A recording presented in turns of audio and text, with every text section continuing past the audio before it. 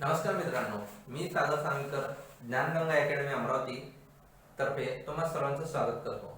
जी काही काल परवा आपली कंबाईन पूर्व परीक्षा आपली 2021 ही ठरवण्यात आलेली आहे 26 फेब्रुवारी 2022 या दिवशी. तर त्या अनुषंगाने एक आपण सेमिनार अरेंज केलेला आहे की पूर्व परीक्षा आणि मुख्य परीक्षा याचा इंटिग्रेटेड म्हणू दे किंवा वेगवेगळा म्हणू दे, तर आपल्याला अभ्यास कसा करायचा त्या अनुषंगाने आपण हा आजचा एक छोटासा सेमिनार किंवा एक छोटासा प्रयत्न तुम्हा सर्वांसाठी फायदेशीर ठरेल अशा अनुषंगाने आपण आजची तयारी करूया. तर जी काही पूर्व परीक्षा आहे आपण थेट विषयाला हात घालूया की कंबाईन पूर्व परीक्षा याचं एक स्वरूप असं आहे की 100 क्वेश्चन. क्वेश्चन किती आहे तर 100 क्वेश्चन आहे. या 100 क्वेश्चनला आपल्याला 60 मिनिटे आहे फक्त. किती? 60 मिनिटे. आणि एकच पेपर आहे. याच्यात कुठलाही पूर्व परीक्षेसाठी दुसरा पेपर नाही किंवा दोन पेपर नाही, एकच पेपर आहे पूर्व परीक्षेत. आणि तो एकच पेपर ते 60 मिनिटं तुम्हाला ठरवतील की तुम्ही मुख्य परीक्षेसाठी पात्र होणार आहात की नाही. तर त्या अनुषंगाने आपल्याला एकच प्रयत्न आपल्याला मुख्य परीक्षेला क्वालिफाय व्हायचं आहे, याच प्रयत्नात क्वालिफाय व्हायचं आहे. तर त्या अनुषंगाने आपण कसे प्रयत्न करायचे किंवा कसा स्टडी करायचा, कसा अभ्यास करायचा आपण एक बघूया. तर 100 क्वेश्चन आपल्याला 60 मिनिटात. सर्वात पहिले तर ते प्रश्न वाचणं झाले पाहिजे. बऱ्याच जणांचा प्रश्न असा येतो, आता जर याचे पेपर जर हे 100 क्वेश्चन जर बघितले तर साधारणतः एक 32 पेजेस ॲव्हरेजली 32 पेजेसचा पेपर असतो. बायलँग्वेज पेपर असतो, म्हणजे द्विभाषिक दोन भाषेमध्ये, एक मराठी आणि इंग्रजीमध्ये. सुरुवातीला मराठीमध्ये असतो, त्याच्या खाली इंग्रजीमध्ये आपला हा पेपर असतो. अशा प्रकारचे 100 क्वेश्चन, म्हणजे 100 इंग्रजीमध्ये आणि 100 मराठीमध्ये, अशा प्रकारचे 100 प्रश्न आपले प्रिंटेड असतात आणि ते प्रश्न आपल्याला वाचायचे असतात. त्याच्यानंतर त्याला आपण डिसिजन घ्यायचा असतो आणि त्याच्यानंतर आपल्या आन्सर शीटमध्ये म्हणजे उत्तरपत्रिकेमध्ये आपल्या ज्या प्रश्नासमोर गोल करायचा असतो, गोल राऊंड करायचा असतो. आणि त्याच्यासाठी आपल्याला हे 100चे 100 प्रश्न आपल्याला बघणं आवश्यक आहे, वाचणं आवश्यक आहे. त्यातल्या त्यात दुसरं असं की सर्व प्रश्न सॉल्व्ह झाल्यानंतर जे काही आपण जेवढे 60 मिनिटात आपल्याला सॉल्व्ह करणं शक्य आहे किंवा सोडवणं शक्य आहे, तर ते प्रश्न सॉल्व्ह केल्यानंतर, सोडवल्यानंतर आपल्याला किती प्रश्न सॉल्व्ह केलेले आहेत 100 पैकी ते आपल्या उत्तरपत्रिकेमध्ये त्याचा क्रमांक टाकावा लागतो की आपण किती प्रश्न सॉल्व्ह केलेले आहेत. तर त्या अनुषंगाने आपल्याला पुन्हा एक ते, कारण त्या गोष्टीला पण साधारणतः एक 2-2.5 मिनिटं लागतात की आपण किती प्रश्न सॉल्व्ह केलेले आहेत. सुरुवातीला असं डिसाईड करू नका आत्ताच की किंवा पेपरला जायच्या अगोदरच की मी एवढे प्रश्न सॉल्व्ह करणार आहे, तेवढे प्रश्न, असं काहीच विचार करू नका. तुम्ही तो वेळेचा डिसिजन आहे ना. एखादा पेपर जर सोपा निघाला तुम्ही 100चे 100 सॉल्व्ह करू शकता. जर एखादा पेपर कठीण निघाला तर एक 80 पर्यंत, 85 पर्यंत किंवा त्यापेक्षा पण थोडंसं कमी, एक 75 पर्यंत आपण प्रश्न सॉल्व्ह करू शकतो. आणि कट ऑफ जो आहे तो दरवर्षी वेगळा वेगळा लागतो, प्रत्येक कॅटेगरीचा वेगळा वेगळा लागतो. त्या अनुषंगाने आपण प्रयत्न असा करायचा की जास्तीत जास्त अटेम्प्ट आपल्याला कसा करायचा आहे. बरं, आता हे 100 क्वेश्चन सॉल्व्ह करत असताना जे काही निगेटिव्ह मार्किंग आहे, निगेटिव्ह जे आहे ते आहे 1:4. म्हणजे जर समजा आपण 100 प्रश्नांपैकी जे काही प्रश्न सॉल्व्ह केलेत तर त्याच्यापैकी 0.25 मार्क्स हे आपले मायनस होते. जर आपला एक प्रश्न चुकला तर हे आपले डिक्रीज होतील किंवा मायनस होतील. आणि जर एक प्रश्न बरोबर आला तर आपला 1 मार्क आपला अप जाईल. प्रत्येक क्वेश्चनला 1 मार्क आहे आणि निगेटिव्ह आपलं 0.25 आहे. आणि एमपीएससीने प्रत्येक परीक्षेला आता सध्याच्या कंडिशनला 0.25 म्हणजे 1:4 हेच निगेटिव्ह मार्किंगचा फॉर्म्युला ठेवलेला आहे. बरं, दुसरं असं की तुम्हाला अटेम्प्ट हा मोजला जातो. त्याच्यामुळे जर तुम्ही खरंच प्रिपेअर असाल, सिरियस असाल तरच हा अटेम्प्ट द्यावा. किंवा पण आत्तापासून तुम्ही तयारी करा जे काही असेल ते. कारण की भले आता 26 फेब्रुवारीला आपली परीक्षा असू दे 2021 ची किंवा त्याच्यानंतर असू दे, तुम्ही काही 6 वर्ष तर अभ्यास करणार नाही त्याच्यामुळे, किंवा 6 अटेम्प्ट देणार नाही राज्यसेवेचे म्हणा किंवा 6 कंबाईनचे ओपन कॅटेगरीसाठी बोलतोय, तर त्याच्यापेक्षा आपण आता देऊ शकतो, काही हरकत नाही. ऍटलीस्ट तुम्ही ग्रॅज्युएशन असावा किंवा लास्ट इयरला असावा तर तुम्ही तो अटेम्प्ट द्यायला काही हरकत नाही, असं माझं मत आहे. बर, तर आता हे झालं एकंदरीत आपल्या प्रश्न, जे काही आपली प्रश्नपत्रिका आहे त्याचा एक छोटासा पॅटर्न बरं, आता इथून याला आपण पुढे कसं चालायचं, तर सर्वात अगोदर तुम्ही सिलेबस तुमच्याकडे असणं अपेक्षित आहे. सिलेबस शिवाय तुम्ही काम करू शकत नाही. कारण की पुस्तकवाल्यांनी किंवा प्रकाशकांनी किंवा लेखकांनी त्यांनी त्यांचं काम केलेलं आहे, खूप चांगल्या प्रकारे काम केलेलं आहे की त्यांनी त्या त्या विषयाची पुस्तकं दिलेली आहेत. तर तुम्ही एक असं गृहीत धरावं की सिलेबस नुसार मी कुठले पुस्तक वाचेल, सिलेबस नुसार. जो काही प्रत्येक आयोगाने प्रत्येक परीक्षेसाठी वेगवेगळा सिलेबस दिलेला आहे, अप्रॉक्स वेगवेगळा दिलेला आहे. तर जे काही कॉमन फीचर्स आहे किंवा कॉमन गोष्टी आहे, कॉमन सिलेबस आहे, तो तुम्ही अभ्यासाला हरकत नाही. जर समजा आता कंबाईन किंवा क्लास 2 कंबाईन असू दे किंवा क्लास 3 कंबाईन असू दे, तर कंबाईन ग्रुप बी, कंबाईन ग्रुप सी या दोन्हीच्या पूर्व परीक्षेचा सिलेबस हा सेमच आहे. पण प्रश्नपत्रिकेची जी काही काठिण्य पातळी आहे, डिफिकल्टी लेवल आहे, ती थोडी बहुत चेंज आहे. ऑफकोर्स ग्रुप बी आहे, गट ब आहे, तर याच्यामुळे याची पातळी थोडीशी अवघड असणार आहे. ग्रुप सी असेल तर त्याची पातळी थोडीशी कमी असेल. तर अशा अनुषंगाने आपल्याला ग्रुप बी आणि ग्रुप सी किंवा राज्यसेवेची पण बऱ्यापैकी या पेपरमधून तयारी होते. मात्र आपली सर्वात मोठी परीक्षा जर कंबाईन मध्ये पाहिलं, ग्रुप बी असू दे, ग्रुप सी असू दे, पूर्व असू दे किंवा मेन्स असू दे, या दोन्ही परीक्षेमध्ये जर सर्वात मोठी काठिण्य पातळी जर असेल किंवा आपली जर डिफिकल्टी लेवल असेल तर ती कुठली, तर 60 मिनिट. हे 60 मिनिट डिसाइड करतात की तुम्ही ही परीक्षा पास होणार आहात की नाही. या 60 मिनिट तुम्ही कसे हँडल करताय, हे 100 क्वेश्चन सॉल्व्ह करताना तुमची मेंटॅलिटी कशी असते, तुमचा अभ्यास किती असतो, काय असतो, या गोष्टी मॅटर ठरत नाही. तर हे 60 मिनिट डिसाइड करतात की तुम्ही परीक्षा पास होणार आहात की नाही. कोणी तुम्ही अगोदर किती टाइमपास केला, किती लायब्ररीमध्ये जागरण केलं, किती पिक्चर पाहिले, किती दिवाळीचे खाऊ खाल्ला, कोणी मॅटर करत नाही, कोणी विचार करत नाही. फक्त काय, तर हे 60 मिनिट. इव्हन पेपरच्या दिवशी पण सकाळी निघताना तुम्ही कशाने आले हे पण मॅटर करत नाही. कारण काय होतं, बरेच लोकांना लगेच डिसमूड होतं छोट्या छोट्या गोष्टीवरनं, किंवा बरेच जणांचं कितीही मोठं होऊ दे तरी मेंटॅलिटी स्टेबल राहते. तर मेंटॅलिटी स्टेबल असणं आवश्यक आहे. एक प्रेशर असलं तरी तुम्ही ते कुठलं तरी अभ्यासाचं प्रेशर, हे अभ्यासिकेच्या बाहेर निघाल्यानंतर तुम्ही मित्रांसोबत वागताना ते प्रेशर हँडल कसं करायचं, ही गोष्ट आपली एमपीएससी शिकवते. तर हे 60 मिनिट तुम्हाला ते प्रेशर ठेवणं आवश्यक आहे. आणि प्रत्येक वेळेस या 60 मिनिटाचं प्लॅनिंग कसं करायचं आपण त्याविषयी चर्चा करूयाच. ओके.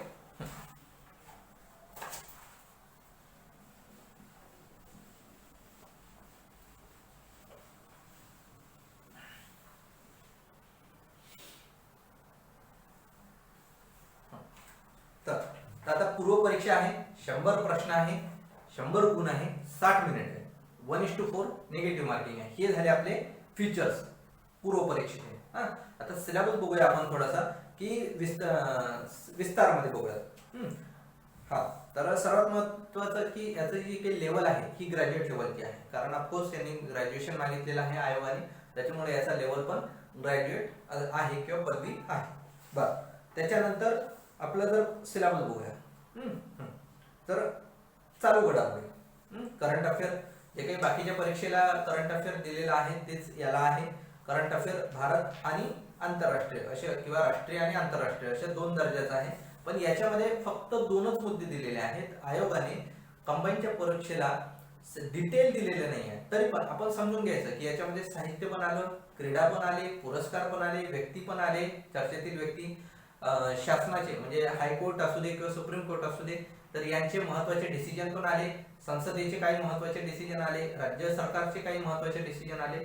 तर या सर्व गोष्टी आपल्याला या ठिकाणी अभ्यासाच्या आहे, जे की चालू घडामोडीमध्ये आहे, जरी त्यांनी राष्ट्रीय आणि आंतरराष्ट्रीय दिलेलं असलं तरी.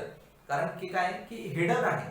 आणि या ठिकाणी आपण कॉम्प्रिहेन्शन जे म्हणतो, राज्यसेवेचं कॉम्प्रिहेन्शन जे आहे, आकलनाचा मुद्दा, तर हे 2 शब्दामध्ये आपण समजून घ्यायला पाहिजे की आयोगाला काय म्हणायचं आहे. आलं लक्षात? तर नेक्स्ट आहे नागरिक शास्त्र. आपण जर पाहिलं राज्यसेवेला असू दे किंवा राज्यसेवा पूर्व परीक्षेला असू दे किंवा मुख्य परीक्षेला असू दे, त्या ठिकाणी राज्यघटना हा विषय दिलेला आहे आणि या ठिकाणी आपल्याला नागरिक शास्त्र दिलेला आहे. नागरिक शास्त्र म्हणजे काय, तर ज्या ठिकाणी राज्यघटनेचा प्रायमरी म्हणजे बेसिक किंवा प्राथमिक अभ्यास ज्या ठिकाणी असतो त्याला नागरिक शास्त्र म्हटलं जातं. तर हे आपल्याला अपेक्षित आहे की राज्यघटनेचा एक बेसिक स्टडी किंवा बेसिक अभ्यास आपल्याला असणं अपेक्षित आहे. नेक्स्ट राज्य व्यवस्थापन किंवा प्रशासन. राज्याचं प्रशासन कशा प्रकारे चालतं हे आपल्याला खूप चांगल्या प्रकारे माहिती असणं अपेक्षित आहे किंवा वाचणं आपण अपेक्षित आहे. त्याच्यानंतर ग्राम प्रशासन किंवा जे काही आपण स्थानिक स्वराज्य संस्था बघतो, स्थानिक स्वराज्य संस्थेमध्ये त्यात शहरी आणि ग्रामीण आहे, तर शहरीचा प्रश्न या ठिकाणी दिलेला नाही आहे. या ठिकाणी काय दिलेलं आहे, त्यांनी स्पष्ट शब्द दिलेला आहे, ग्राम प्रशासन म्हणजे जिल्हा परिषद, पंचायत समिती आणि ग्रामपंचायत या तीन गोष्टी तुम्हाला माहित असणे अपेक्षित आहे. शहरी प्रशासनावर प्रश्न येईलच याची गॅरंटी नाही, कारण त्यांनी सिलेबस मध्ये दिलेला नाही आहे. तर फोकस आपला ग्राम प्रशासनावर असावा. त्यातल्या त्यात नेक्स्ट आपला काय, तर इतिहास. आधुनिक भारताचा विशेषतः महाराष्ट्राचा इतिहास. ज्या प्रकारे आपण जर पाहिलं, आता आपण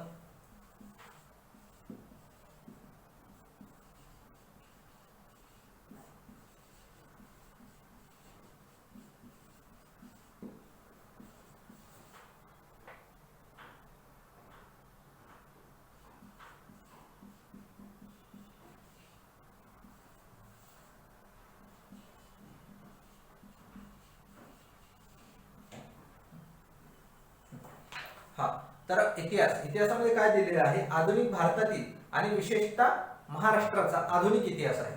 कुठलाही आधुनिक आहे. ज्याप्रमाणे राज्यसेवेला जर बघितलं आपण पूर्व परीक्षेला, तर त्या ठिकाणी प्राचीन आणि मध्ययुगीन हे दोन इतिहास आहे. आणि या ठिकाणी असं नाही, या ठिकाणी फक्त तुम्हाला आधुनिक आहे. स्पेशली तुम्ही 1818 नंतर किंवा 1857 पासून तुम्ही चांगल्या प्रकारे अभ्यास करू शकता, जे की तुम्हाला अभ्यासाला आहे. बरं, या ठिकाणी इतिहासमध्ये तुम्ही काय काय वाचन अपेक्षित आहे, तर साधारणतः 1818 पासून किंवा 1857 पासून तुम्ही तुमचा अभ्यास करू शकता.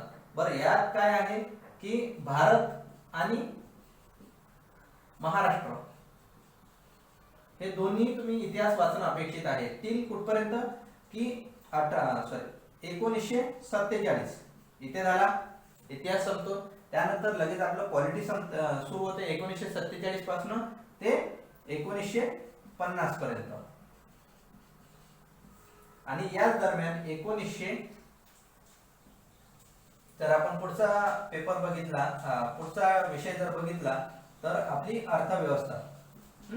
तर या अर्थव्यवस्थेमध्ये पुढचा विषय जर बघितला तर 1947 पासून किंवा आपण जर पाहिलं तर 1950 पासून आपली इकॉनॉमी सुरू होते. लक्षात.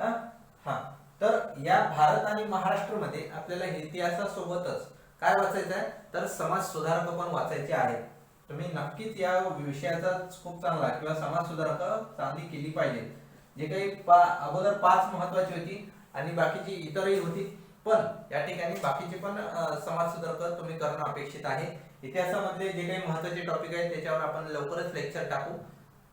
तर सर्व समाज सुधारक तुम्ही चांगले करणं अपेक्षित आहे. याच्यामध्ये बऱ्यापैकी तुमचा महाराष्ट्राचा इतिहास कव्हर होतो आणि त्यातल्या त्यात भारताचा इतिहास पण कव्हर होतो. आणि जर कंबाईन ग्रुप बी किंवा कंबाईन ग्रुप सी च्या संदर्भात जर पाहिलं तर भारताच्या इतिहासासंदर्भात किंवा इतिहासाच्या विषयामध्ये सर्वात जास्त प्रश्न हे महाराष्ट्राच्या इतिहासावर असतात आणि समाज सुधारकावर असतात. भारताच्या इतिहासावर 2 ते 3 प्रश्न साधारणतः असतात. उरलेले जवळपास 12 ते 13 प्रश्न हे आपल्या महाराष्ट्राचा इतिहास आणि समाज सुधारकावर असतो. त्यानंतर आपण पाहू अर्थव्यवस्था. अर्थव्यवस्था म्हणजे इंडियन इकॉनॉमी. आता एक लक्षात घेतलं पाहिजे की राज्यसेवा पूर्व परीक्षा याच्यामध्ये आपल्याला इंडियन इकॉनॉमी नाही आहे, आपल्याला काय आहे इकॉनॉमिक्स पण नाही आहे. आपल्याला त्या ठिकाणी काय आहे सोशल आणि इकॉनॉमिक डेव्हलपमेंट आपण बघितलेलं आहे. तर या ठिकाणी आपल्याला अर्थव्यवस्था आहे, इंडियन इकॉनॉमी आहे. तर इंडियन इकॉनॉमी कुठून सुरू होते 1947 नंतर किंवा स्पेशली 1950 नंतर. 50 नंतर काय झालं, प्लॅनिंग कमिशन स्थापन झालं, त्याच्यानंतर राष्ट्रीय विकास परिषद झाली आणि इथून आपल्या पंचवार्षिक योजना ज्या ज्या सुरू झालेल्या आहेत त्या दरम्यान आलेल्या वेगवेगळ्या महत्त्वाच्या गोष्टी आपल्याला अभ्यासणं अपेक्षित आहे. त्यातल्या त्यात परकीय राष्ट्र धोरण, त्याच्यानंतर जे काही डिव्हॅल्युएशन आहे किंवा मनी लॉन्ड्रिंग वगैरे या सर्व गोष्टी तुम्ही वाचणं अपेक्षित आहे. यामध्ये तुम्हाला जीडीपी वगैरे ह्या सर्व गोष्टी विचारणं अपेक्षित आहे आणि तुम्ही ते वाचणं पण अपेक्षित आहे. बरं, या ठिकाणी काय आहे तर राष्ट्रीय उत्पन्न, जे आता आपण बोललो की राष्ट्रीय उत्पन्न जीडीपी आपण वाचणं अपेक्षित आहे, ते विचारू शकतात. दुसरं असं जर पाहिलं तर शेतीमध्ये काय तर अर्थव्यवस्थेची जी काही सेक्टर वाईज आपली इकॉनॉमी आहे, तर primary sector, secondary sector, tertiary, fourth आणि फिफ्थ. तर अशा प्रकारे ज्या काही आपल्या इकॉनॉमी सेक्टर आहेत तर हे सेक्टर आपल्याला चांगले अपेक्षित आहे. त्यानंतर उद्योग पण त्यामध्ये झालं. त्याच्यानंतर परकीय व्यापार. आपण आताच पाहिलं की 1947-1950 पासून जे काही आपली इकॉनॉमी सुरू होते, तर साधारणतः जो काही आपला इतर देशांशी परकीय व्यापार झालेला आहे, स्पेशली सुरुवातीपासूनच. आणि जर 85 पासून पाहिलं तर परकीय व्यापार धोरण बनवलेलं आहे. आणि त्यातल्या त्यात 1991 पासून एलपीजी म्हणजे काय, लिबरलायझेशन, ग्लोबलायझेशन आणि प्रायव्हेटायझेशन. म्हणजे काय तर मराठीत उदारीकरण, खाजगीकरण आणि जागतिकीकरण, उखाजा धोरण ज्याला म्हणतो आपण मराठीमध्ये. तर हे धोरण जी आपली इंडियन इकॉनॉमी आहे ही वर्ल्ड लेवलला किंवा जागतिक लेवलला लिबरलाइज केलेली आहे, ओपन केलेली आहे. तर यासाठी आणि त्यातल्या त्यात या वर्षी एलपीजी धोरण का चर्चेत आहे, तर 30 वर्ष कंप्लीट झालेले आहे 2021 ला. त्याच्यामुळं कंबाईन ग्रुप बी साठी एलपीजीवर 110% प्रश्न येईलच. तुम्ही ते खूप चांगलं करावं असं अपेक्षित आहे. बरं, नेक्स्ट काय तर तुम्ही या ठिकाणी बँकिंग पण चांगलं केलं पाहिजे, लोकसंख्या पण चांगली केलं पाहिजे, पॉवर्टी पण चांगली केली पाहिजे. आणि पॉवर्टीला कुठेतरी आपण राज्यसेवेला बेरोजगारी विचारत नाही, या ठिकाणी ग्रुप बी ला तुम्हाला बेरोजगारी करणं अपेक्षित आहे, कारण डिटेल या ठिकाणी दिलेला आहे. बरं, मुद्रा आणि राजकोषीय नीती म्हणजे जे काही मॉनिटरी पॉलिसी किंवा फिस्कल पॉलिसी आहे, फिस्कल डेफिसिट वगैरे ही जी कन्सेप्ट आहे, किंवा राजकोषीय धोरण, राजकोषीय मुद्रा धोरण, तर या सर्व गोष्टी तुम्ही वाचणं अपेक्षित आहे, की जेणेकरून या सर्व गोष्टींचा तुम्हाला पेपरमध्ये, सिलेबसमध्ये फायदा होईल. बरं, आता त्यातल्या त्यात जर आपण पाहिलं तर हे झाले एकंदरीत 4 विषय. बरं, हा, तर आता त्यात अजून जर इकॉनॉमी थोडीशी आपण व्हास्ट मध्ये जर अभ्यास केला तर पाहिलं तर शासकीय अर्थव्यवस्था हा एक टॉपिक दिलेला आहे. आणि याच्यामध्ये जे काही आपलं अर्थसंकल्प किंवा अकाउंट ऑडिटिंग जे गोष्टी दिलेल्या आहेत, तर म्हणजे लेखा परीक्षण ह्या गोष्टी दिलेल्या आहेत. तर या गोष्टी खूप चांगल्या प्रकारे अभ्यास करणं अपेक्षित आहे. बरं, आता याचा एवढा मोठा सिलेबस देण्यामागचं कारण काय, तर एकतर पूर्व परीक्षा आहे, ग्राउंड लेवलला आहे. आणि दुसरं जर आपण जर पाहिलं तर अर्थव्यवस्था जर तुम्ही खूप चांगली केली तर तुम्हाला मुख्य परीक्षा STM मुख्य परीक्षा किंवा त्यातल्या त्यात जवळपास 55 प्रश्न हे आपल्याला फक्त आणि फक्त अर्थव्यवस्थेवर असतात. तर त्याच्यासाठी आपण हा अर्थव्यवस्थेचा टॉपिक हा डिटेल करायला काही हरकत नाही. तर जे काही 1947 पासून थोडीशी सुरुवात झालेली आहे इकॉनॉमीसाठी, आणि 50 पासून बऱ्यापैकी व्हास्ट इकॉनॉमी आहे. तर जगातली बऱ्यापैकी मोठी इकॉनॉमी आहे, लोकशाही आहे, तर ती अभ्यासणं आपण अपेक्षित आहे. तर त्याच्यानंतर विषय आहे आपला सामान्य विज्ञान.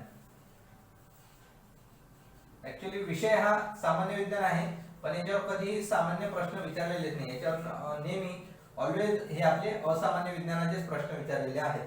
तर म्हणजे आयोगाला मला असं कधी कधी वाटते वैयक्तिक लेवलला की सामान्य विज्ञानामध्ये एक्सपर्ट असणारे व्यक्ती हवेत का, तर असं काही हरकत नाही. आपण जरी आर्ट फॅकल्टीचे किंवा कॉमर्स फॅकल्टीचे जरी असलो तरी काही हरकत नाही. आपण विज्ञानाचा जर चांगल्या प्रकारे अभ्यास केला तर आपण त्याच्यामध्ये चांगले चांगले गुण घेऊ शकतो. बरं, त्यात एक खूप चांगली गोष्ट अशी आहे की ज्या प्रकारे बँकिंगच्या एक्झाम मध्ये जर पाहिलं तर इंडिव्हिज्युअल पासिंग असतो. या ठिकाणी इंडिव्हिज्युअल पासिंग नाही, इंटिग्रेटेड म्हणजे सर्व टॉपिक किंवा सर्व सब्जेक्ट मिळून आपल्याला इंटिग्रेटेड एक स्कोर काढायचा आहे, घ्यायचा आहे, आणि जो आउट ऑफ 100 पैकी असणार आहे, आणि आपण घेऊया. तर विज्ञानामध्ये आपण जर पाहिलं तर फिजिक्स, भौतिकशास्त्र, रसायनशास्त्र, केमिस्ट्री, झुलॉजी, प्राणीशास्त्र, वनस्पतीशास्त्र, बॉटनी आणि आरोग्यशास्त्र, हायजीन असे 5 विषय दिलेले आहेत. तर या 5 विषयापैकी बऱ्यापैकी आपण मार्क्स कव्हर करू शकतो. तर याच्यापैकी जो सोप्यात सोपे विषय आहेत, म्हणजे आरोग्यशास्त्र झालं आपल्याला अभ्यासाला आवडतं, केमिस्ट्री झाली की रसायनशास्त्र आहे ते आपल्याला थोडंसं आवडतं, त्यानंतर जर आपण पाहिलं थोडंसं तर मग फिजिक्स येतो म्हणजे भौतिकशास्त्र, त्याचा अभ्यास पण आपण थोडा बहुत करू शकतो. आणि अजून पुढे गेलं तर प्राणीशास्त्र आणि वनस्पतीशास्त्र हे थोडेसे या 3च्या तुलनेत थोडेसे अवघड टॉपिक आहे, तर त्याला आपण सर्वात शेवटी अभ्यासाला काही हरकत नाही. अशा प्रकारचे आपण जर हे 5 टॉपिक जर सामान्य विज्ञानातले जर अभ्यासले तर आपल्याला बऱ्यापैकी यश येतं किंवा गुण येतं. बरं, आणि सर्वात शेवटचा आणि महत्त्वाचा टॉपिक आहे आपला बुद्धिमापन म्हणजे मेंटल ॲबिलिटी आणि न्यूमेरिकल ॲप्टिट्यूड म्हणजे अंकगणित. बुद्धिमापन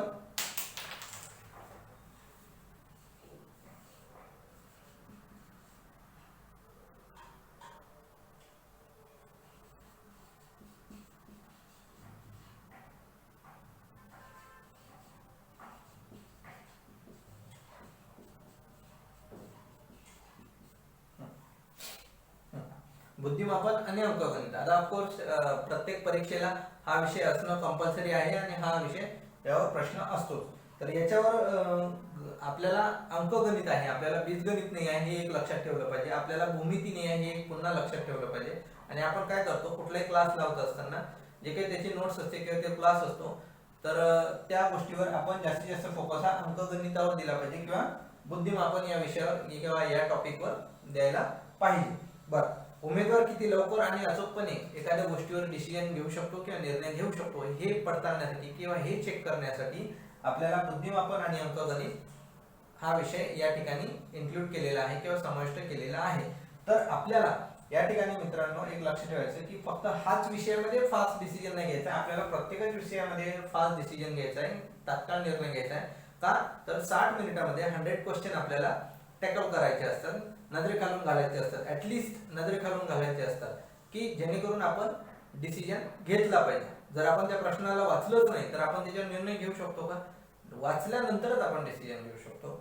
हा, तर त्याच्यामध्ये अंकगणितामध्ये खूप कमी चॅप्टर दिलेले आहेत, एक लक्ष ठेवायचं. बेरीज, वजाबाकी, गुणाकार, भागाकार, दशांश, अपूर्णांक व टक्केवारी हे बेसिक आकडेमोड आहे, बेसिक म्हणजे आकडेमोडी प्रक्रिया आहे, गणितातल्या प्रक्रिया आहे. तर या क्रिया आपण अभ्यासणं अपेक्षित आहे की जेणेकरून आपल्याला अंकगणित आणि बुद्धिमापन मध्ये बऱ्यापैकी स्कोर करता येईल. बरं, याचे प्रश्न सॉल्व्ह करत असताना एक लक्ष ठेवायचं की वेळ खाऊ आहे तरी पण हा विषय आपण अभ्यासला पाहिजे, अभ्यासाला घेतला पाहिजे. आपण ट्रेडिशनल पुस्तकं न वाचता किंवा न बघता बुद्धिमापन आणि अंकगणितासाठी जे काही अपडेटेड किंवा चांगल्या दर्जाची पुस्तकं आहे ते वाचणं या ठिकाणी अपेक्षित आहे. आणि ज्या लेवलचे आयोगाने प्रश्न विचारतात त्या लेवलचे प्रश्न आपण परीक्षेला अभ्यास करत असताना प्रॅक्टिस करणं अपेक्षित आहे. आपण काय करतो की ट्रेडिशनल पुस्तकं वाचतो, तर थोडंसं अपडेटेड असायला काही हरकत नाही. बरं, बुद्धिमापन आणि अंकगणित याच्या संदर्भात जर अजून पाहिलं तर बुद्धिमापनावर मोठे मोठे म्हणजे अर्ध्या पेजचे प्रश्न येतात, तर ते आपण वाचणं अपेक्षित आहे. कारण की काय होतं की त्यावर आपल्याला कुठलीही प्रोसेस करायची नसते, कुठलीही आपल्याला आकडेमोड करायची नसते. तर आणि वाचल्यानंतर आपल्याला फक्त पर्यायामधून डिसिजन घ्यायचा असतो. म्हणजे जसं की राज्यसेवा पूर्व परीक्षेला जे काही डिसिजन मेकिंगचा पार्ट आहे तर त्या लेवलचे तशा टाईपचे प्रश्न ते असतात आणि पटकन सॉल्व्ह होतात. त्याच्यामुळं आपण काय करतो की प्रश्न मोठा आहे तर तो सोडून देतो, प्रश्न मोठा आहे तर त्याला फर्स्ट प्रायोरिटी द्यायची आणि जर त्याच्यावर ऍक्टिव्हिटी करायची असेल किंवा तर तो प्रश्न आपण नंतर घ्यायचा सॉल्व्ह करायला. बरं, दुसरं अजून जर असं पाहिलं तर बुद्धिमापन आणि अंकगणित याच्यावर साधारणतः 15 प्रश्न असतात. तर ह्या 15 पैकी साधारणतः आम गरीब जनता जर पाहिली म्हणजे एखादा कला शाखेचा विद्यार्थी असू दे किंवा सायन्स फॅकल्टी आणि कॉमर्स फॅकल्टी यांच्या कम्पॅरेटिव्हली गणित थोडंसं गणित बुद्धिमत्ता बरी असते, पण आर्ट फॅकल्टीचं जर पाहिलं तर गणित आणि बुद्धिमत्ता थोडीशी कमी असते. तर आपण जर थोडंसं एफर्ट्स घेतले, थोडेसे प्रयत्न घेतले तर याच्यामध्ये 15 पैकी साधारणतः 9-10 प्रश्न आपण सॉल्व्ह करू शकतो आणि खूप कमी वेळात. लक्षात ठेवा. आता हे झाले 6 विषय आणि उरला सर्वात महत्वाचा विषय, तो म्हणजे आपला महाराष्ट्राचा भूगोल.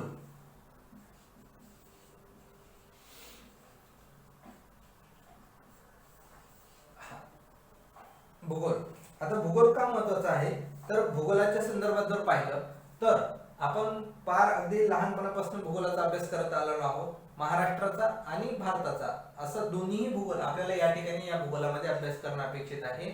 आयोगाने जो सिलेबस दिलेला आहे त्याच्यानुसार अभ्यास करणं अपेक्षित आहे. याच्यामध्ये पृथ्वी, जगातील विभाग, हवामान, अक्षांश, रेखांश, महाराष्ट्रातील जमिनीचे प्रकार, पर्जन्यमान, प्रमुख पिके, शहरे, नद्या व उद्योगधंदे आणि ऍटसेट्रा म्हणजे इत्यादी हा एक क्लॉज दिलेला आहे. त्याच्यामुळे त्याला आपण कमी लेखू नये, म्हणजे त्याच्या व्यतिरिक्त पण काही टॉपिक असे आहेत जे आपण समजून घ्यायचे आहेत की ह्याच्यामध्ये काही टॉपिक असे आहेत की आपण आयोगाने जरी डायरेक्ट दिलेले नाही पण त्या टॉपिकवर आयोग प्रश्न विचारू शकतो.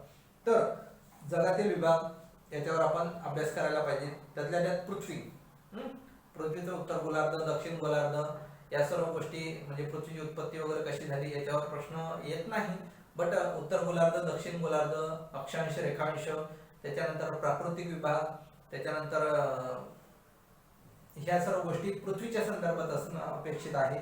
त्याच्यानंतर हवामान, हवामानाचे जे जगातील जे काही भाग पडतात, त्याच्यानंतर भारतातील काही भाग पडतात, महाराष्ट्रातील वेगवेगळ्या हवामानानुसार वेगवेगळे भाग पडतात, प्रादेशिक भाग पडतात, प्रशासकीय विभाग पडतात.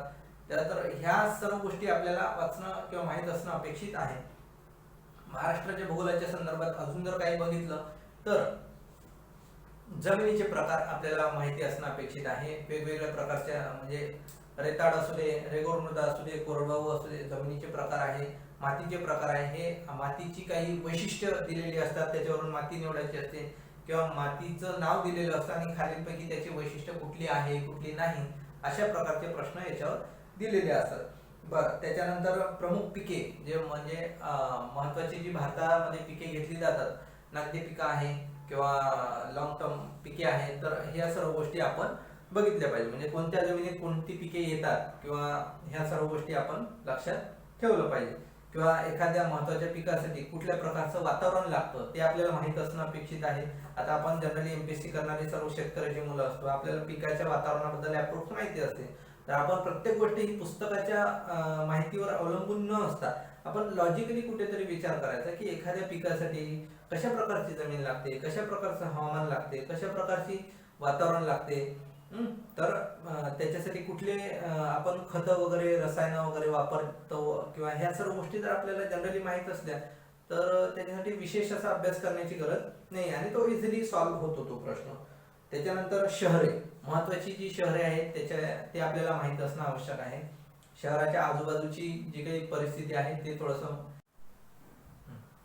तर महत्वाची शहरे आपण जे काही चर्चेत आहे किंवा महत्वाची इम्पॉर्टन्स आहे त्या शहरांबद्दल, तर ती शहरे आपण माहित असणं अपेक्षित आहे किंवा चर्चेत जे काही आहे तर ते आपण वाचणं अपेक्षित आहे. बरं, त्याच्यानंतर नद्या आणि उद्योग. आता नद्या आणि उद्योग जर पाहिलं तर नद्या ऑलवेज चर्चेमध्ये असतात, कारण की काय की नद्या आंतरराज्यामध्ये वाहतात किंवा आंतरराष्ट्रीय वाहतात, तर त्या नद्या आपण वाचणं अपेक्षित आहे. जसं सिंधू पाणी करार, जर आपण लास्ट एक्झाम पाहिली 2020 ची जी काही कंबाईन झाली 4 सप्टेंबरला, तर त्याच्यामध्ये आपण पाहिलं तर सिंधू पाणी करार किंवा सिंधू करार जो काही झालेला आहे, तर त्याला आपण 2020 ची परीक्षा होती, 60 वर्ष झालेले होते म्हणून तो परीक्षेला प्रश्न विचारलेला आहे. यावर्षी वाचणं अपेक्षित आहे किंवा एलपीजी ला यावर्षी 2021 साली 30 वर्ष झालेले आहेत, तर ते आपण वाचणं अपेक्षित आहे किंवा लक्षात ठेवणं अपेक्षित आहे. एलपीजीवर 110% प्रश्न येईलच. बरं, अजून पाहिलं तर सिंधू पाणी करार काय होता आपण करंटच्या बॅच मध्ये रेग्युलर मध्ये पाहिलेलं आहे. तर जे काही सिंधू पाणी करार आंतरराष्ट्रीय नदी आहे त्याच्या उपनद्या म्हणजे ट्रिब्युटरी आपण लक्षात ठेवणं अपेक्षित आहे. त्याच्या दरम्यान असणारी महत्वाची शहरं अपेक्षित आहे. ती नदी ज्यावेळेस आपण अरबी समुद्राला मिळते ती कुठल्या शहरावरनं मिळते तर ते आपल्याला माहित असणं अपेक्षित आहे.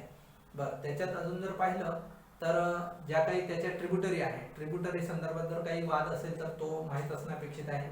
त्याच्यामध्ये ज्या काही पिकं महत्वाची घेतली जातात तर ते आपल्याला माहित असणं अपेक्षित आहे. अशा प्रकारचा सिंधू पाणी करार आहे जो राज्यघटनेमध्ये सुद्धा चर्चेत आहे, तर त्या ठिकाणी आपण ते वाचायला पाहिजे. बरं, हे झालं भूगोलाच्या संदर्भात किंवा राज्यघटने संदर्भात. ही झाली आपली नद्याच्या संदर्भात जे काही त्या नद्याच्या तीरावरती महत्वाची शहरे आहेत ते माहित असणं अपेक्षित आहे. ऑलवेज त्याच्यावर प्रश्न असतो. त्यातल्या त्यात अजून जर पाहिलं तर त्या नदीच्या तीरावरती किंवा काठावरती जर काही महत्वाचे उद्योग असतील तर ते आपण माहित असणं अपेक्षित आहे. हे झालं भूगोलाच्या संदर्भात आणि इतर महत्वाच्या विषयांसंदर्भात. तर अशा प्रकारचा सिलेबस आहे, अशा प्रकारचे प्रश्न विचारतात. मागच्या 6 ते 7 वर्षांमधले जे काही प्रिव्हियस इयरचे क्वेश्चन आहेत ते तुम्ही थोडेसे नजरेखालनं घालावे जेणेकरून तुम्हाला बेनिफिट होईल. हे झालं 7 विषय. बरं, आता याचा मटेरियल काय वाचायचं हे तर झाला, सिलेबस झाला, त्याच्यावर कशा प्रकारचे प्रश्न येतात, काय सिलेबस आहे वगैरे वगैरे. तर आपण मटेरियल पाहू किंवा साहित्य पाहू. तर ह्या साहित्यामध्ये सर्वात पहिले आपण बेसिक पुस्तकं वाचणं अपेक्षित आहे किंवा स्टेट बोर्डाची पुस्तकं वाचणं अपेक्षित आहे. ती राज्यसेवा म्हणा किंवा कंबाईन महाराष्ट्र शासनाची कुठलीही पुस्तकं असू दे ते वाचणं अपेक्षित आहे. तर बेसिक मध्ये इतिहास, त्याच्यानंतर भूगोल आणि त्याच्यानंतर विज्ञान हे 3 विषयाची पुस्तकं तुम्ही वाचणं अपेक्षित आहे. विज्ञानची फक्त 10वी पर्यंत वाचणं अपेक्षित आहे, 4थी ते 10वी. आणि इतिहास भूगोलाच्या संदर्भात जर पाहिलं तर आपण 3री ते 12वी पर्यंत तुम्ही स्टेट बोर्डाची पुस्तकं वाचणं अपेक्षित आहे.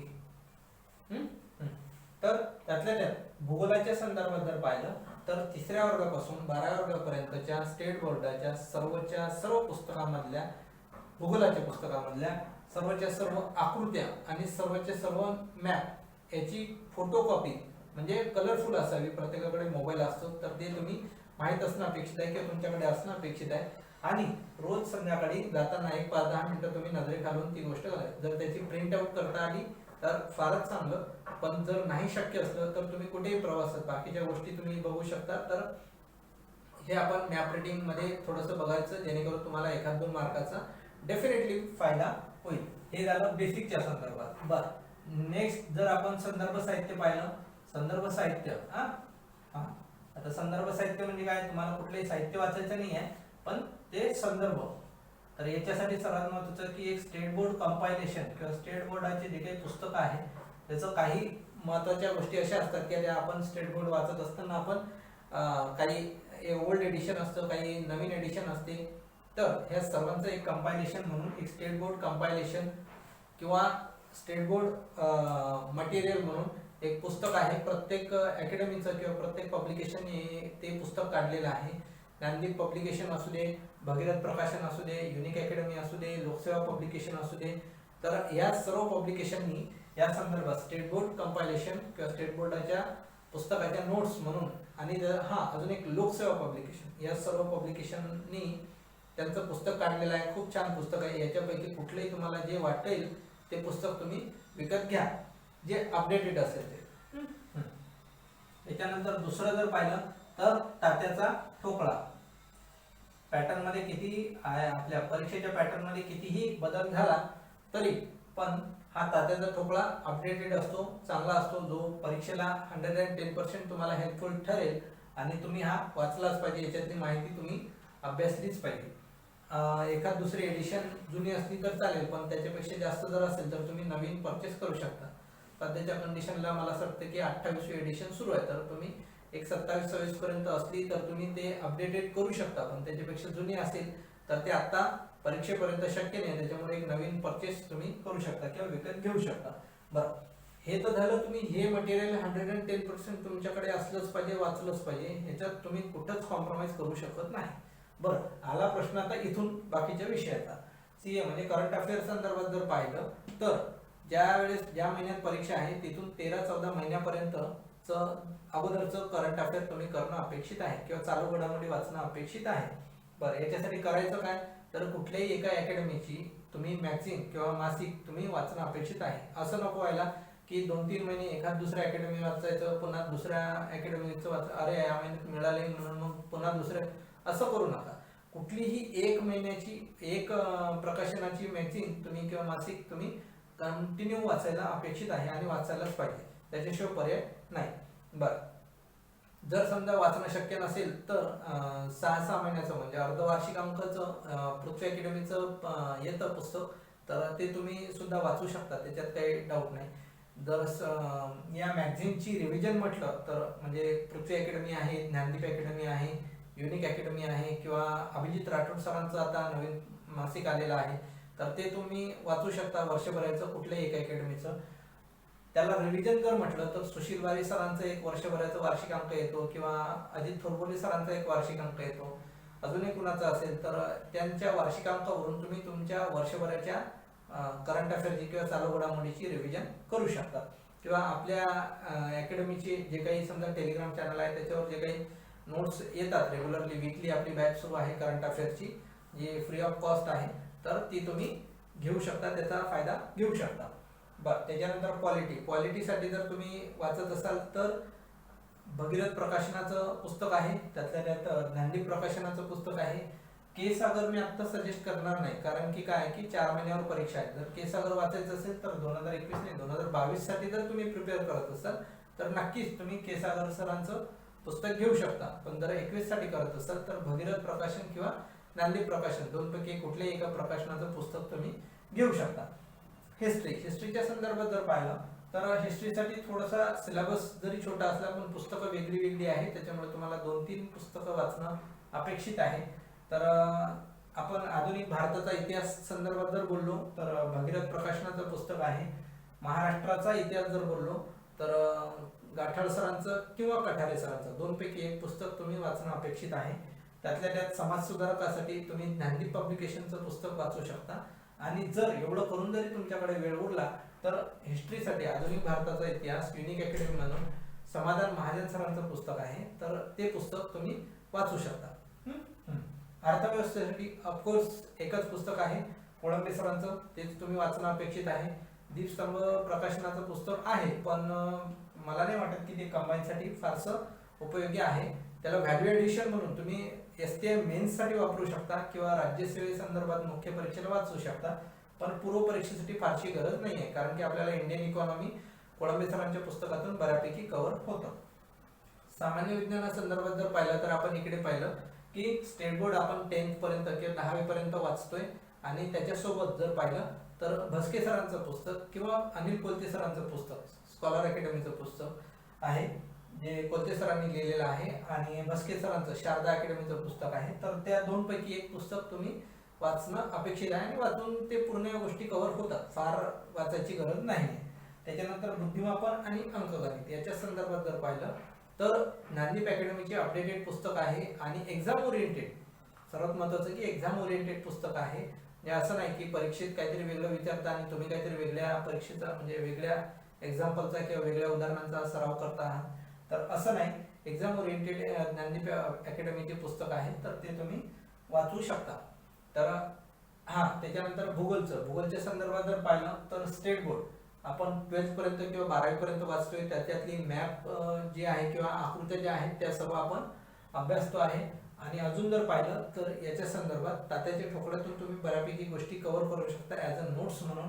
आणि अजून एक व्हॅल्यू एडिशन म्हटलं तर सौदी सरांचं महाराष्ट्राचं भूगोल एक स्पेशल पुस्तक आहे, तर ते तुम्ही वाचू शकता. तर अशा प्रकारचे हे जो काही आपला सिलेबस आहे कंबाईन ग्रुप बीचा, त्याला अनुसरून जो सिलेबस आहे त्याला अनुसरून आपण बेसिक मटेरियल आणि संदर्भ साहित्य दिलेलं आहे. पण आपली परीक्षा या गोष्टीची नाही, आपली परीक्षा कशाची आहे, वाचनाची नाही आहे की आपण किती वाचायचं, कोणतं मटेरियल वाचायचं किंवा कसं वाचायचं. आपली खरी परीक्षा आहे आपली 100 क्वेश्चन 100 मिनिट आणि 100 क्वेश्चन 100 प्रश्न आणि 60 मिनिट आणि 1:4 निगेटिव्ह. ही गोष्ट आपण विसरता कामा नये, हे गोंधळच घ्यायचं आपण. कारण की काय की 100 क्वेश्चनला 100 मार्क्स आहे, एक क्वेश्चनला 1 मार्क्स आहे, पण 60 मिनिट 1 तासात आपल्याला ह्या सर्व गोष्टी कव्हर करायच्या आहेत.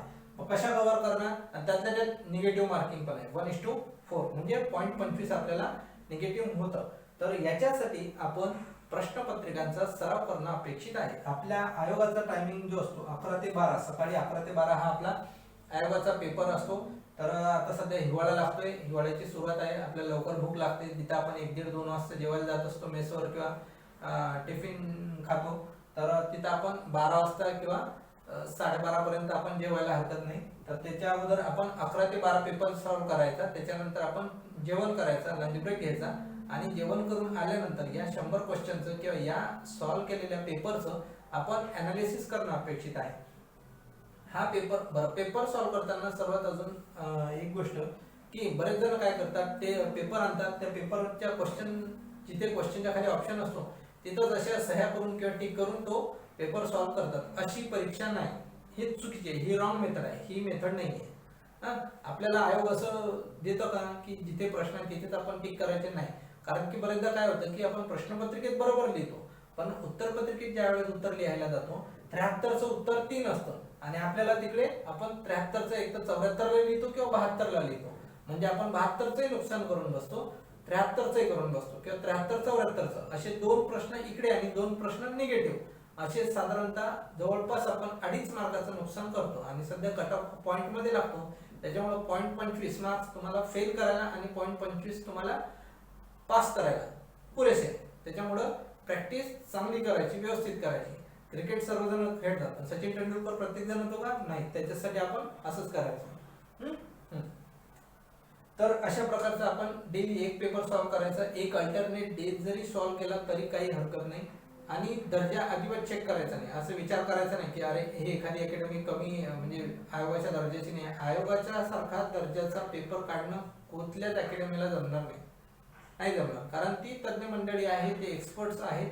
तर पण बऱ्यापैकी अकॅडमीची लेवल पण चांगल्यात चांगली असते. सर्व अकॅडमीचे पेपर चांगलेच असतात, असं काही नाही. तुम्हाला जे व्यवस्थित मिळेल, जे तुम्ही अफोर्ड करू शकता, जे तुम्हाला शक्य आहे टाइमने वगैरे, तर ते पेपर तुम्ही घ्या, सॉल्व्ह करा. शक्यतो टेस्ट सिरीज लावा किंवा तुम्ही बाहेर झेरॉक्स सेंटर वरून विकत घेऊ शकता. साधारणतः 20-25 रुपयाचा पेपर पडेल.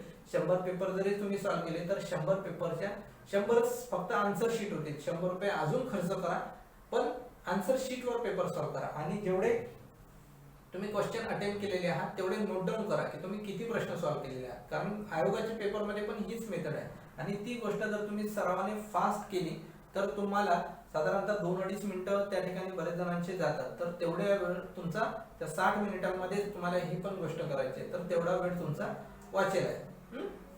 तर अशा प्रकारची कंबाईन पण तुमची खूप चांगल्या प्रकारे देत आहे. बरं, हे झालं पेपरचं. अजून आपण समजा टेस्ट सिरीज कशी सॉल्व्ह करायची डिटेल आपण त्याच्यावर अनालिसिस करूया. आणि अनालिसिस म्हणजे नेमकं काय, तर माझ्या ह्या 100 क्वेश्चन मध्ये किती बरोबर आले हे महत्त्वाचं नाही आहे. माझ्या चुका काय झाल्या त्या आपल्याला बघायच्या आहेत. म्हणजे 100 पैकी माझे 40 बरोबर आले, त्या 40चा विचार नाही, आपण 60 कसे उरलेले का चुकले किंवा का आपण राहिलोय त्या 60 ला न्याय देण्यासाठी. तर त्या गोष्टी नोट डाऊन करायच्या की मला टाइम पुरेसा नाही आहे, किंवा मला 50-50 मध्ये चुकलो, मला प्रश्न समजलेला नाही आहे, मला ऑप्शन मध्ये गडबड आहे किंवा ऑप्शन समजलेला नाही. मी लिहिताना काही म्हणजे प्रश्नपत्रिकेत तर मी बरोबर उत्तर निवडलं, पण उत्तर पत्रिकेत निवड करताना किंवा टिक करताना मी खाली म्हणजे आपण जे 72-73चं उदाहरण पाहिलं, तर तशा प्रकारचं जर खालीवरी झालं तर आपलं नुकसान होऊ शकतं. हे नुकसान आपलं पेपरमध्ये होऊ नये याच्यासाठी आपल्याला अनालिसिस करणं अपेक्षित आहे. रोज 1 तास पेपर आणि त्याचं अनालिसिस असं करून आपण पुढच्या नेक्स्ट पेपरला पुढच्या दिवशी किंवा त्याच्यानंतर जेव्हा तुम्ही सॉल्व्ह करत असाल तर ह्या सर्व चुका तुमच्या होऊ नये आणि चुका दुरुस्त केल्या पाहिजे, जे की आपण 26 फेब्रुवारीला अशा चुका होणार नाही आणि जास्तीत जास्त मार्क्स कव्हर करू. हे झालं एकंदरीत आपल्याला ओरिएंटेशन, म्हणजे आपलं आजचं ग्रुप बी चं ओळख. बरं, आता याच्या संदर्भात जर अजून जर तुम्हाला काही अडीअडचणी असेल किंवा काही क्वेरी असतील आजच्या लेक्चर संदर्भात किंवा ग्रुप बी एक्झाम संदर्भात, तर तुम्ही आपल्या अकॅडमीचा नंबर आहे 7666879738 या नंबरवर तुम्ही तुमच्या अडीअडचणी किंवा काही क्वेरीज असतील तर तुम्ही विचारू शकता. अदरवाईज तुम्हाला आपल्या अकॅडमीचा जो काही ॲड्रेस आहे प्रावीण्य स्टडी सर्कल गव्हर्नमेंट पॉलिटेक्निकच्या अमरावतीसमोर गाडगेनगर अमरावती, तर त्या ठिकाणी तुम्ही व्हिजिट देऊ शकता. सकाळी 7 ते रात्री 9 पर्यंत तुम्ही या नंबरवर कॉल करू शकता, व्हॉट्सअप करू शकता, मेसेज करू शकता, किंवा आपला व्हिडिओ तुम्ही बाकीच्या गोष्टी तर शेअर करतच आहात. इतर आपला व्हिडिओ जर एखाद्या गरजू व्यक्तीपर्यंत पोहोचला तर काही हरकत नाही, तर तसं तुम्ही शेअर करू शकता. आणि जर तुम्हाला काही अडीअडचणी असेल तर तुम्ही याच्यावर विचारू शकता किंवा कमेंट बॉक्समध्ये कमेंट करू शकता. बरं, आणि याच्या पुढे जर आता हे झालं आणि आपण अगदी गावाकडे आहे किंवा अजून कुठे आणि टोटली नवीन आहे किंवा काही असो, तर जर समजा जर तुम्हाला बॅच लावायची असेल तर आपली बॅच 8 नोव्हेंबर 2021 सोमवार दिवस येतो, या दिवशी सुरू होत आहे. आणि त्याची पूर्व आणि मुख्य या दोन्ही परीक्षेची फी टोटल फक्त आणि फक्त 8,000 ठेवलेली आहे. अगदी माफक किंमत ठेवलेली आहे. तर अशा प्रकारची बॅच आपण 8 नोव्हेंबर 2021 या दिवशी सुरू करतोय. तर नक्कीच तुमच्या गरजू मित्रांपर्यंत हा मेसेज पोहोचवा किंवा हा लेक्चर पोहोचवा, जेणेकरून त्यांना फायदा होईल. तर आता तोंडावर दिवाळी आहे, दिवाळीचा जास्त फोकस न करता आपण आपल्या अभ्यासावर फोकस करावा, करिअरवर फोकस करावा, जेणेकरून लवकरात लवकर आपण आपल्या घरच्यांना इकॉनॉमिकल सपोर्ट किंवा मानसिक आधार देऊया. Okay, thank you.